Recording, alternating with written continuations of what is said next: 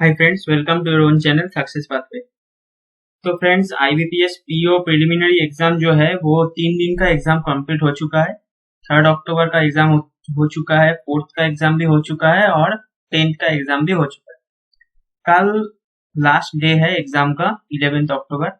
तो कल जिनका एग्जाम है कल को, उन लोगों के लिए मैं छोटा एक स्ट्रेटेजी आज अपलोड कर रहा हूँ।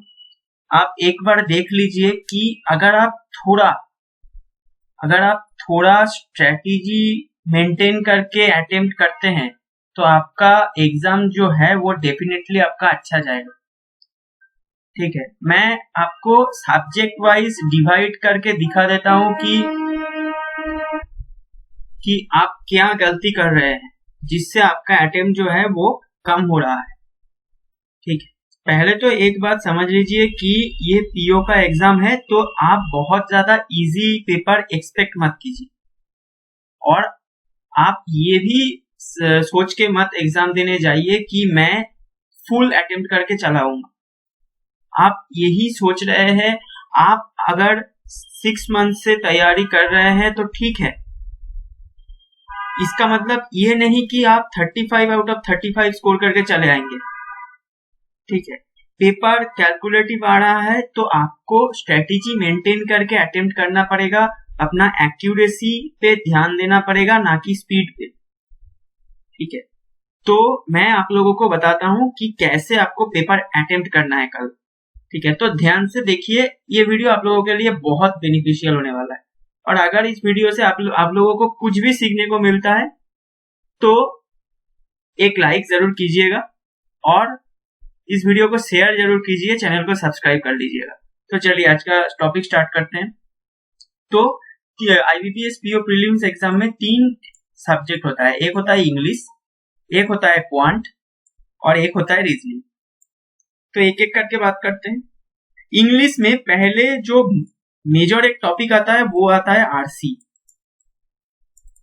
आरसी में 3 तरह के क्वेश्चंस आते हैं। एक होता है आपका direct question, who, which, when, why वाला क्वेश्चन आता है, वो होता है डायरेक्ट क्वेश्चन, जो आप अगर ध्यान से अच्छे से पैसेज को पढ़ेंगे एक बार तो आप, अगर 3 ऐसे क्वेश्चन है तो आप 2 बना लेंगे। दूसरा जो क्वेश्चन आता है वो आता है इनडायरेक्ट क्वेश्चन। आपका व्यू पॉइंट जानना चाहता है, जो क्वेश्चन कर रहा है आपको बोलेगा कि टाइटल, मोस्ट अप्रोप्रिएट टाइटल बताओ, या एक लाइन आपको दे देगा और बोलेगा कि ऑथर्स व्यू पॉइंट क्या है इसमें, और ये भी बोल सकता है कि ऑथर क्या बोलना चाहता है, इस लाइन का मतलब क्या है। ठीक है, तो ये होता है इनडायरेक्ट क्वेश्चन। मैं सजेस्ट करूंगा कि अगर आपका कॉन्सेप्ट थोड़ा सा भी वीक, आप आरसी में ये जो क्वेश्चन 1 या 2 आता है इसको अटेम्प्ट मत कीजिए, क्योंकि ये जो है ये गलत होने का चांस बहुत ज्यादा रहता है। और थर्ड जो आता है वो है आपका स्कोरिंग सेक्शन, वो होता है वोकैब। 3 वोकैब आता है, एक सिनोनिम और 2 एंटोनिम, या 2 सिनोनिम 1 एंटोनिम, ऐसे करके 3 आता है। ये वोकैब का पोर्शन आपको पूरा करना है। ठीक है, तो आरसी में से अगर ये 3 आया, ये 2 आया और ये 3 आया तो टोटल आता है 8 मार्क्स। इस 8 मार्क्स में से आपको 5 लेना है, और 5 किससे लेना है, इससे 3 और इससे 2, इससे 3 और इससे 2। अगर मैं आपको मिनिमम बता रहा हूं। ठीक है, ये 3 और ये 2 मिला के अगर आपने 5 ले लिया, आप ठीक है, आपका अटेम्प्ट ठीक। उसके बाद और क्या क्या आता है, दूसरे नंबर पे आता है क्लोज टेस्ट, जिससे 5 या 6 क्वेश्चन रहेगा। ये इजी लेवल आ रहा है तो इसको आपको छोड़ना नहीं है। और हाँ, आरसी का क्वेश्चन आपको लास्ट में अटेम्प्ट करना है। ये बात आप दिमाग में बैठा लीजिए कि आरसी अगर आप शुरू में अटेम्प्ट करेंगे, आपका पेपर गलत हो जा सकता है। ठीक है, आप अगर आरसी में पहले आपका क्वेश्चन नहीं बना तो आपका जो कॉन्फिडेंस होता है वो गिर जाएगा और आपका पेपर खराब हो जाएगा। तो ये गलती मत कीजिए। क्लोज टेस्ट है, क्लोज टेस्ट में आपको पूरा बनाना है। ठीक है, कोई गेस वर्क नहीं कीजिएगा।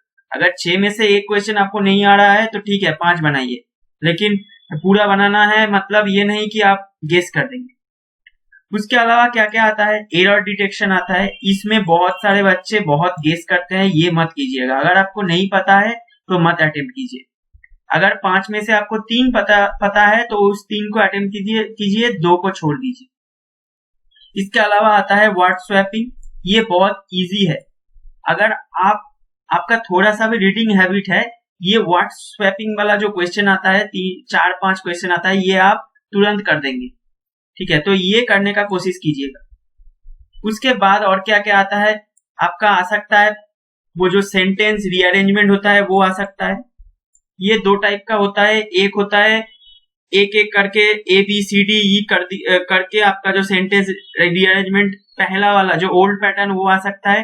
अगर वो वाला आया तो ध्यान से कीजिएगा, क्योंकि अगर आपने गलत सीक्वेंस बना लिया, आपका 5 क्वेश्चन गलत हो जाएगा। तो वो आप अंत में एकदम देख के कीजिएगा। अगर आप एकदम 100% श्योर है तभी वो मार्क कीजिए, अदरवाइज नहीं। और दूसरा जो न्यू पैटर्न वाला जो सेंटेंस रीअरेंजमेंट आता है, वो एक सेंटेंस के अंदर पार्ट को रीअरेंज करने को बोलता है। वो थोड़ा इजी रहता है। वो अगर आ जाए तो उसको अटेम्प्ट कर लीजिएगा। इसके अलावा और क्या आता है, सेंटेंस इंप्रूवमेंट आ सकता है, ये भी इजी होता है, इसको अटेम्प्ट कीजिएगा। फ्रेज रिप्लेसमेंट आ सकता है, इसको अटेम्प्ट कर लीजिएगा।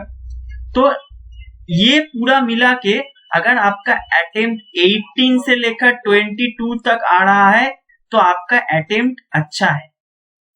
अब घबराइएगा मत। आपका अटेम्प्ट अगर 18 से लेकर 22 तक जा रहा है, अगर उससे ज्यादा जा रहा है तो आपका बोनस है। ठीक है, लेकिन आपका अगर अटेम्प्ट 22 तक जा रहा है 18 से लेके, आप ठीक ठाक है। ठीक है, उसके बाद नेक्स्ट जो टॉपिक होता है वो होता है क्वांट। पहला आपका ओपन होता है इंग्लिश पेपर, उसके बाद क्वांट पेपर। तो जो 3 दिन का एग्जाम हुआ है, इसमें देखा गया है कि क्वांट का पेपर जो है वो थोड़ा मॉडरेट लेवल का आ रहा है। तो जाहिर सी बात है, पीओ का पेपर है, मॉडरेट लेवल आएगा ही।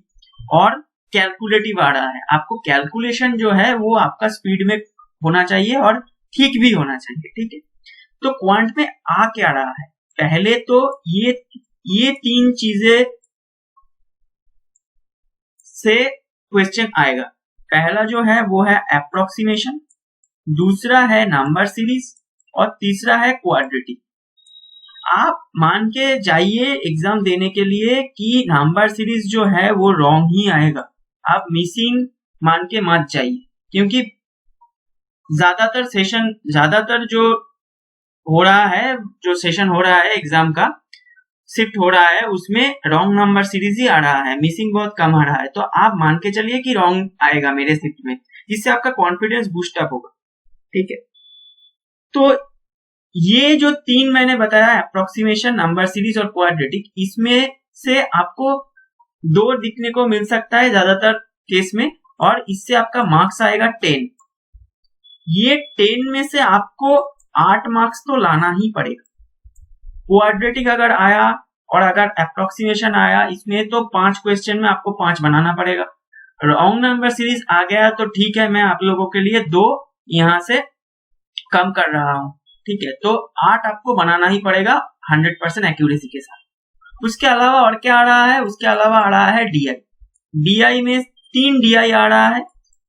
एक आ रहा है आपका केसलेट और 2 आ रहा है आपका नॉर्मल, यानी कि पाई चार्ट आ सकता है, table graph, bar graph, line graph, ये कुछ भी आ सकता है। ठीक है, तो ये जो डीआई आ रहा है, इसमें मार्क्स जो आ रहा है वो आ रहा है 15।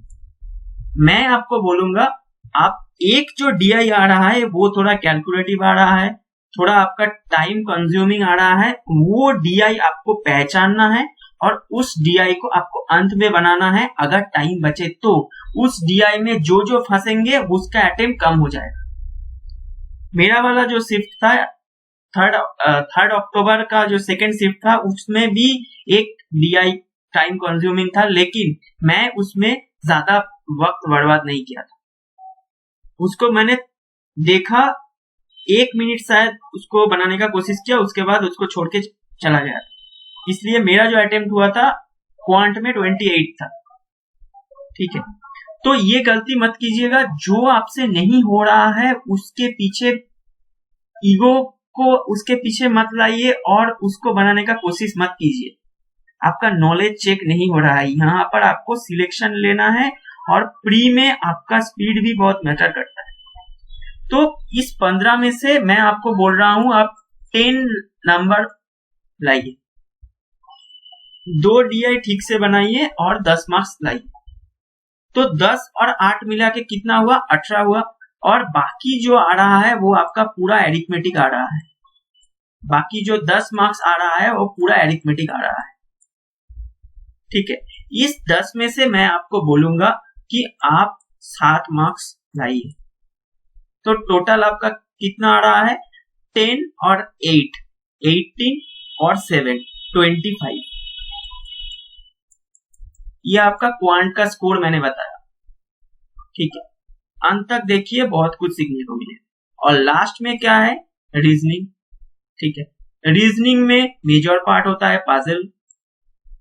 20 मार्क्स आ रहा है पजल से, उससे भी ज्यादा आ सकता है अगर वो रैंकिंग वाला जो पजल होता है हाइट वेट वाला, वो भी अगर पजल के फॉर्म में आया तो उससे भी 2-3 क्वेश्चन आ जा सकता है। तो 20 से 22 मार्क्स आप मान के चलिए। और बाकी जो आ रहा है वो मिसलेनियस टॉपिक आ रहा है, उसमें आपका डायरेक्शन आएगा, उसमें आपका ब्लड रिलेशन आएगा, उसमें आपका सिलॉग आएगा, उसमें आपका इनइक्वालिटी आएगा, अल्फा न्यूमेरिक सीरीज आएगा, सब कुछ आ सकता है। और ये जो 12 to 15 मार्क्स है, इसमें आपको पूरा मार्क्स लेके आना है 100% एक्यूरेसी के साथ। इसमें आपको एक भी क्वेश्चन नहीं छोड़ना है। सिर्फ अगर वो मीनिंगफुल वर्ड का सवाल आया तो ध्यान से कीजिएगा, वो थोड़ा गड़बड़ हो जाता है। ठीक है, तो इस सेक्शन में आपको पूरा नंबर स्कोर करना है। और ये जो पजल है ना 20 मार्क्स का, इसमें से आपको 2 से 3 पजल ही बनाना है, 4 पजल के पीछे मत भागिए कि मैं तो 20 मार्क्स ही लाके रहूंगा, मैं 6 महीने से बहुत पजल बनाया है, मैं तो लाऊंगा तो 20 मार्क्स पजल में लाके रहूंगा। हाँ, आप लाएंगे, सिर्फ 20 मार्क्स ही लाएंगे, बाकी 15 मार्क्स छूट जाएगा, क्योंकि आपका टाइम कितना है? 20 मिनट्स। क्वेश्चन कितना है? 35।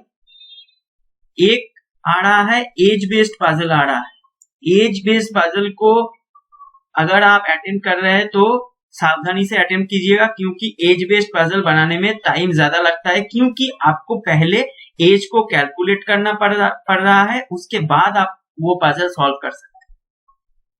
ठीक है, तो इजी क्वेश्चंस को पहचानिए, पहले उसको कर लीजिए और इजी क्वेश्चन को करते समय टाइम को बचाइए। जो टाइम आपका, अगर जो थोड़ा टफ क्वेश्चन आएगा उसमें वो टाइम डाल दीजिए। ये होता है बैलेंस। ठीक है, तो ऐसे अगर आप रीजनिंग का पेपर अटेम्प्ट करेंगे तो रीजनिंग में भी आपका यहाँ पर अगर 15 आया और यहाँ पर अगर आया 15 में से अगर 15 मैं नहीं बोलूंगा तो मैं यहाँ पर रख रहा हूं 25। तो आप टोटल कीजिए, रीजनिंग में 25, क्वांट में 25 और जो इंग्लिश है उसमें 22, 72 आ रहा है। बहुत ज्यादा है। बहुत सारे बंदे का जो अटेम्प्ट है वो कितना जा रहा है? 55 के आसपास जा रहा है। ठीक है, कट ऑफ का वीडियो कल बनाऊंगा। ठीक है, पहले सब एग्जाम हो जाने दीजिए। तो ये आ रहा है। इसमें से भी अगर आप इससे भी अगर 7 आप छोड़ दें तो आपका जो अटेम्प्ट आएगा वो 65 आएगा, जो कि गुड अटेम्प्ट माना जाएगा। तो आप ज्यादा टेंशन मत लीजिए कि मुझे 80 बनाना है, मुझे 75 बनाना है, मुझे 79 बनाना है, ऐसा करके मत जाइए। आप ये दिमाग में रख के चलिए कि मुझे जो इजी क्वेश्चन मिलेगा उसमें मैं टाइम कम लगाऊंगा और एक्यूरेसी के साथ जल्दी जल्दी बना लूंगा, और जो थोड़ा टफ क्वेश्चन मिलेगा उसमें मैं वो जो टाइम बचाऊंगा वो डाल दूंगा और एक बैलेंस बनाऊंगा। उससे मेरा जो अटेम्प्ट है वो ठीक हो जाएगा और मैं फ्रस्ट्रेटेड नहीं हूँ। ठीक है, कॉन्फिडेंट रहिए, दिमाग को शांत रखिए, अटेम्प्ट कीजिए।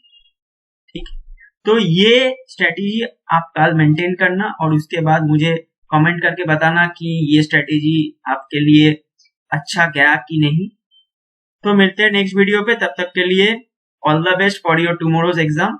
और कट ऑफ का वीडियो उसके बाद बनाऊंगा।